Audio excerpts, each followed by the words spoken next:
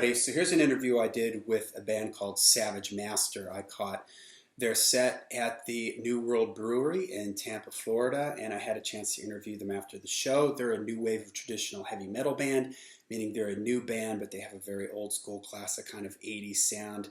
I think you guys will dig them. There's some live clips in here so you can check them out. I'll also leave some links down below where you can get more information on the band. Unfortunately, this was the first interview that I've done in this new series, and my microphone was distorting. I tried to adjust the levels as much as I could, but there's still some distortion on my mic, so I'm learning as we go along. All right, so check it out and enjoy.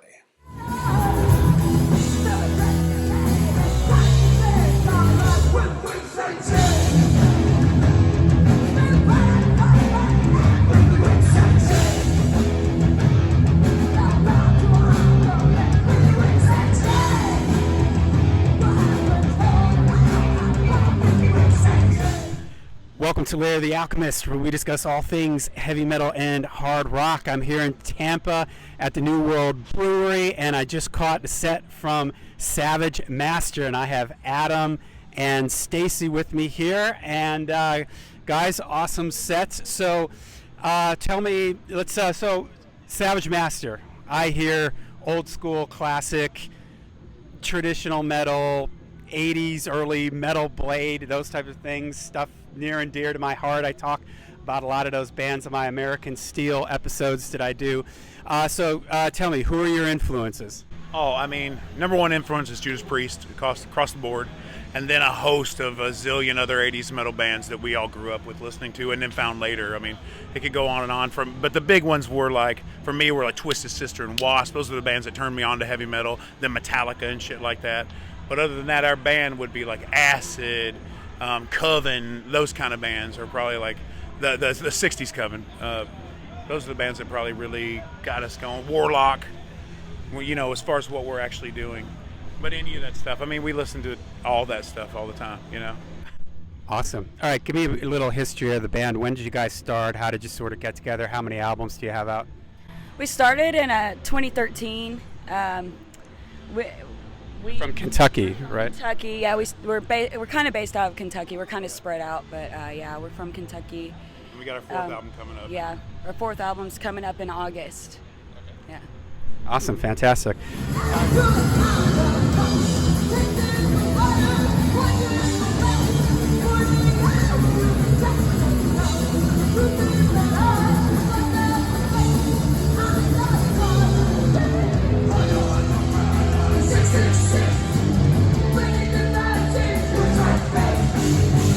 You got some really cool album covers. I dig the covers. So you have is it the same artist that does all your covers? The first three we did, the two albums and the EP, were Chris Moyen, and he's a very famous artist. I probably don't need to rep him. He's done everything all the way up to Slayer.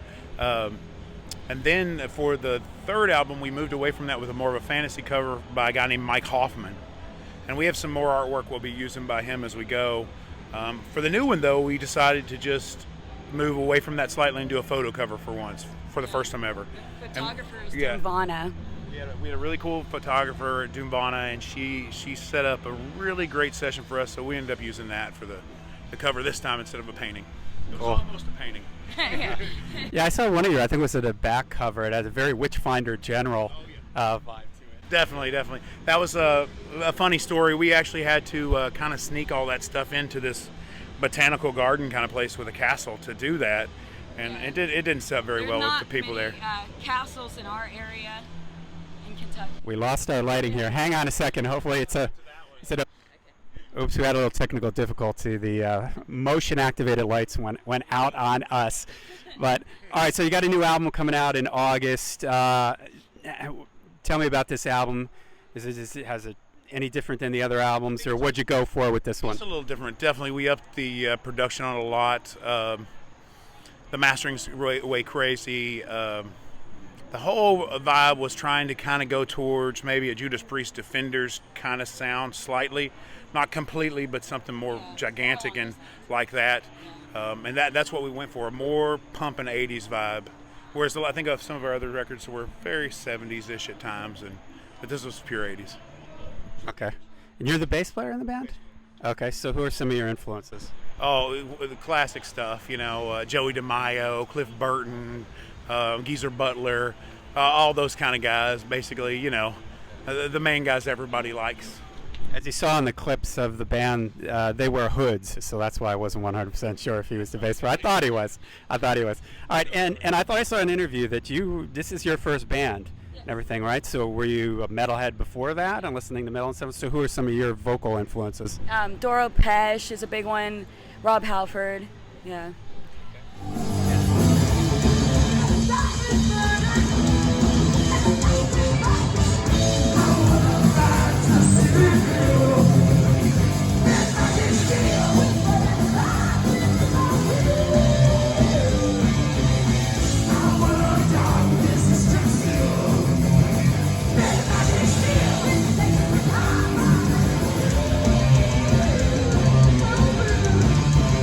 All right, last question here. Give me 3 to 5 of your favorite 80s. Let's stick to 80s metal albums. 3 to 5 or whatever. Give me some of your favorite 80s metal albums. My favorite 80s albums. Well, I'll give you. Let's think about this. Tokyo Blade, Night of the Blade, Wasp, The Last Command. It's not their best album, but it was my favorite as a kid. Twister Sister, Under the Blade. God, I'm trying to just poach really classic stuff here. Any of the first 3 Warlocks were big on our block. And then into everything else, up into Slayer and all that kind of stuff. But I'm trying to think of another real puncher that we can throw out. What do you got, babe? I like, just today I was listening to Holocaust, Nightcomers. Yeah, that's a good one. And Tigers of Pantang. Tigers of Pantang, yeah, That killer. record's big for us. Yeah. The first 3-4 Saxon records. I mean, Wheels of Steel. I must have played Wheels of Steel 1,000 times in my life. Those riffs are so based in like Nugent riffs and shit like that. It's so fantastic.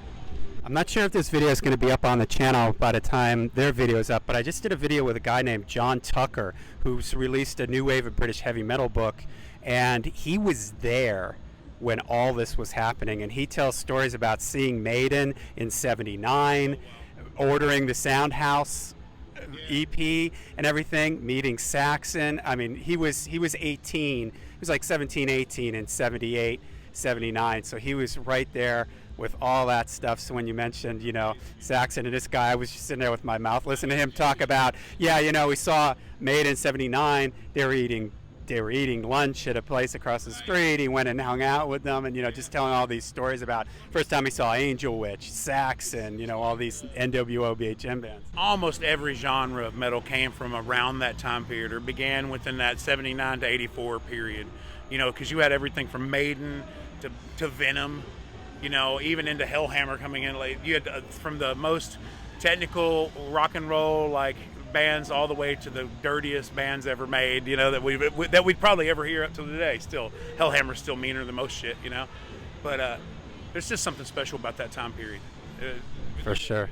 And what made me think of it is that at the end of the video, he gave 5 slightly more, obscure new wave British heavy metal bands to check out, and Holocaust was the first band that he mentioned. Holocaust is a rock and roll metal band, and that's a hard thing to find, lots of bands are either metal or they're rock and roll, but the rock and roll metal band, that's just a special entity, and Holocaust is the best one of them, really is party metal, heavy metal music in my veins, kind of stuff. I'm a heavy metal maniac. I had a bunch of questions for these guys, so I left them at home on my sofa, so we're just winging this. I said that was the last one. I lied. I got one more. You mentioned Judas Priest a couple of times. Favorite Priest album? Favorite Priest album? Fuck, that's really hard. Hellbent for Leather / Killing Machine. It was probably the one that blew my mind the most, got me super into Priest. But Defenders was fucking huge for me. Of course, I loved Painkiller, but I would go Hellbent. Stained Glass is awful good. Man, that's a really hard one. I mean, the first 7 albums are just fucking great, or whatever, And so, anything from the mid '70s Priest till late '80s Priest, I'm cool with it, I'll say, Sad Wings or Stained Glass for me. Oh, look at that. Yeah, Stained Glass, I've always said it, to me is the first pure heavy metal album. And speed metal too. Like, it's got so many elements of everything. That's You know, what Rainbow at was the doing time, kind of so- speed, almost speed metal. yeah, like rainbow and all that. But the stained glass is like the first glossy, steely metal, beginning to end, fully realized. Yeah, That whole absolutely. rainbow thing goes back all the way to Deep Purple, though. Yes. And before that, he has like a. Blackmore has some band called has like Green Bullfrog or something like that, and that's the first. If you listen to Fireball by Deep Purple, it's a play on Fireball, but I believe that record's slightly before. So it's kind of the birth of that speed metal double kicking sound. If you listen to that record, you'll be like, oh shit, well there it is, you know. I was just listening to Fireball on my right before I came here. Yeah, so there's a more primitive version of that out there. Richie Blackmore's my favorite guitar player. Amazing, same here, absolute hands down favorite guitar player. All right, I lied again. Now the last question.